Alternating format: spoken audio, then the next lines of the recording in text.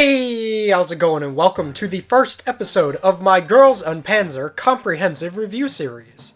und Panzer is an anime series which ran from October 2012 to March 2013, and as described by Wikipedia, und Panzer is a Japanese anime franchise created by Actus, which depicts a competition between girls' high schools participating in tank warfare as a sport. Girls fighting in tanks. Truly the greatest concept of the 21st century. I don't talk about the show on the channel super frequently, since the opportunity rarely comes up. But it really is one of my favorite series of all time. It's difficult to explain why in very simple terms. It truly is the totality of it all working together. The characters, the overall concept, the soundtrack, the action, it's all really enjoyable, but something about it struck a special chord in my soul. And I feel to truly express my love for the series, I gotta take it one step at a time. This is going to be a review of basically the entire animated und Panzer series. This will include the main show, the OVAs, and the movies. There's also several manga series and other pieces of media like some video games, which I'll maybe get to at some point, but for now I'm going to be focused on the animated stuff. I do suggest checking it out on your own beforehand. If you haven't, then that's cool too. Stick around and maybe I'll end up encouraging you to watch it. und Panzer begins, as you might expect, with tanks. One of the things that makes this show a little bit difficult to recommend is trying to get people past this initial kawaii hurdle. It's very easy to do a Google search of it, see all the cute girls, and think it's just some weeb shit. Obviously, this is intended for a particular audience. That audience being people like me who have thousands of pictures of these characters saved. What? Nothing. But depending on the person, their first impression can be the complete death of their interest in the show. And no amount of talking about how interesting the strategies in the tank warfare is will change their minds. There's a very important ratio to try and maintain here between the girls and the tanks. Too much girl time and it would feel like another slice of life show with a not thoroughly implemented tank gimmick. And on the other hand, too much tank time and the people who just wanted to see the cute girls would be annoyed. So it is a pretty fine line you have to walk. Fortunately, in the end, there pretty much ends up being a perfect balance. Tanks when there needs to be tanks, girls when there needs to be girls. Either way, starting with the tank battle was a pretty smart move, especially since there's not much in the way of tanks throughout the rest of the first episode and pretty much all of the second episode. So it's very important to make a strong first impression here. One of the biggest compliments I have to give und Panzer is admittedly a very weird one to explain, but the tanks just feel so good. All the tanks have this really good feeling of weight to them, and it becomes more and more apparent as the series goes on. The show is written and produced by people who actually give a shit about military history, and of course, tanks. You might be able to show this to your military buff grandpa. He'd probably get a kick out of it. The other thing the show absolutely nails is the sound design. Everything just has such a good sort of crunch to it. The explosions are loud, the tanks moving across gravel feels just right. Everything has a sense of energy and speed. It really does get my heart racing. Even though I've seen the outcome of these battles many times, it still manages to excite me every time. The sound design really is just so good.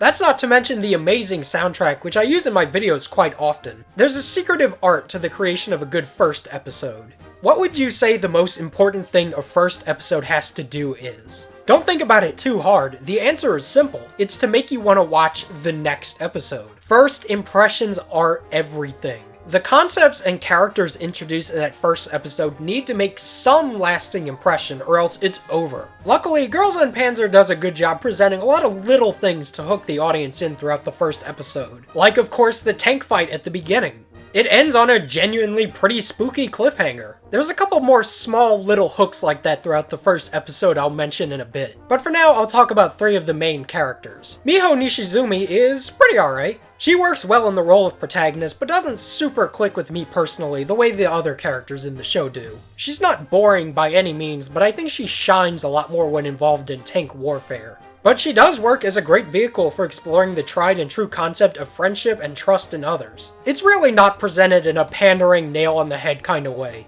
Like, the final battle doesn't end with a friendship-powered artillery shell or something. Rather, it's a much more show-don't-tell philosophy to the concept. You really don't need to be told over and over that teamwork is what's helping the girls achieve victory. Miho is kind, generally positive, and a quick thinker, but lacks confidence in her own abilities. The mystery of her past, her relationship with Sensha-do and her family are also pretty interesting hooks. Since she's the protagonist, I'll obviously have a lot to say about her throughout the story, but overall Miho is pretty good. Hana Isuzu is the second of the main group, and one I like quite a bit. She reminds me a lot of Takane Shijo from Idolmaster or Yukiko Amagi from Persona 4. Elegant, yet with a slightly weird side. I think she adds an important calmness to the main group, which ends up giving them a really nice dichotomy. She's also a pretty funny character. It's always nice to see her get really engrossed in a particular activity. And as we'll see later on, one of Girls und Panzer's lesser themes, which is staying true to yourself and your passions, are integral to her character. Then there's Saori, who I'd say is my least favorite of the main five, but definitely not a character I dislike. She's kind-hearted and probably the most emotionally in tune of the girls. She's like a sort of bizarre master of the social arts, which actually comes into play when the tank fighting begins. She's also a little bit boy crazy, which is probably the most divisive part of her character. Some find it very annoying, whereas others think it's kind of endearing in a way. I don't really mind it very much. I don't feel as though it totally consumes her character, and it makes sense that a high school girl would be that into the prospect of getting a boyfriend. All in all, she really does feel like an accurate depiction of a teenage girl. Either way, Hana and Saori meet Miho, and they become fast friends. I almost wish we had spent a little bit more time with the friendless Miho, as cruel as that sounds. Although the episode is already very well paced as it is, I feel as if having a few more minutes with Miho by her lonesome would have made her friendship with the other girls feel a lot more satisfying. In comes the Student Council, another group I'm fond of, but I'll spare talking about them for a bit. I do want to say, having Anzu be the leader of the group is something I find really funny. I always kind of like the trope of the tiniest person being the leader, sort of like Frieza in Dragon Ball. So the group persuades Miho to join the Sensha-do team, which is a word that gets translated into a couple of different ways depending on the subtitles you're using. Tankery being the translation used in the English dub, for example. For the purposes of this video, I'm going to be referring to it as Sensha-do. The Student Council has this really menacing aura to them. It's pretty easy to assume they're actually the villains of the show. Either way, the group's suggestion leaves Miho with this expression of death afterwards.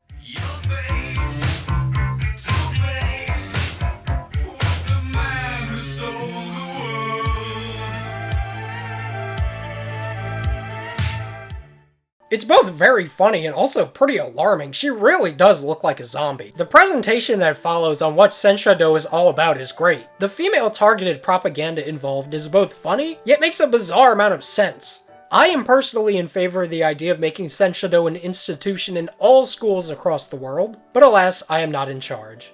Either way, Sensha-do fits in this really nice spot in between fantasy and reality. It's something we theoretically totally could do as like an insane crazy person sport, so it feels like a somewhat attainable fantasy. It's essentially mock tank warfare. Not quite the same as wanting to say pilot a Gundam, but it's just fantastical enough to make for a good fantasy story. Miho ultimately decides against joining the Sensha-do team, and the show comes to its conclusion. Overall, a decent show. It was a little bit odd to end the series at 16 minutes in, but that happens sometimes. Anyways, thank you so much for watching. I'll see you guys next time. But no, actually, the Student Council calls in Miho to grill her, but all three girls show up, and I really like this shot of the three holding hands in solidarity. It's a nice little display of their friendship. Miho ultimately caves and decides to participate in Sensha-do. Once all the participants gather, you start to realize Girls und Panzer is going to have a pretty extensive cast. And this is just the tip of the iceberg. One of the things that made the show such a merchandising machine and has given it a cultural shelf life way beyond its initial run is this large cast. No matter what, there's going to be at least one character who visually sticks out to you. And there's way too many introduced in this episode for me to talk about any of them at any considerable length, so I'll save it for the next time. Finally, there's the reveal that this entire time they were on a massive ship. And despite really not having very much to do with the rest of the episode, it works as a great hook. The episode also leaves just enough questions like, what happened in Miho's past? What's the Student Council up to? And why are they on a boat? Overall, episode 1 is pretty solid. It introduces just enough while keeping a handful of secrets. While there isn't actually pretty much any real Sensha-do, the scene at the beginning is enough to prove that there will in fact be tank warfare, and it'll look pretty cool when it does happen. All in all, it's a good one. Next time we'll cover episodes 2 and 3, and get introduced to my favorite female character ever. Anyways, I'll see you guys next time.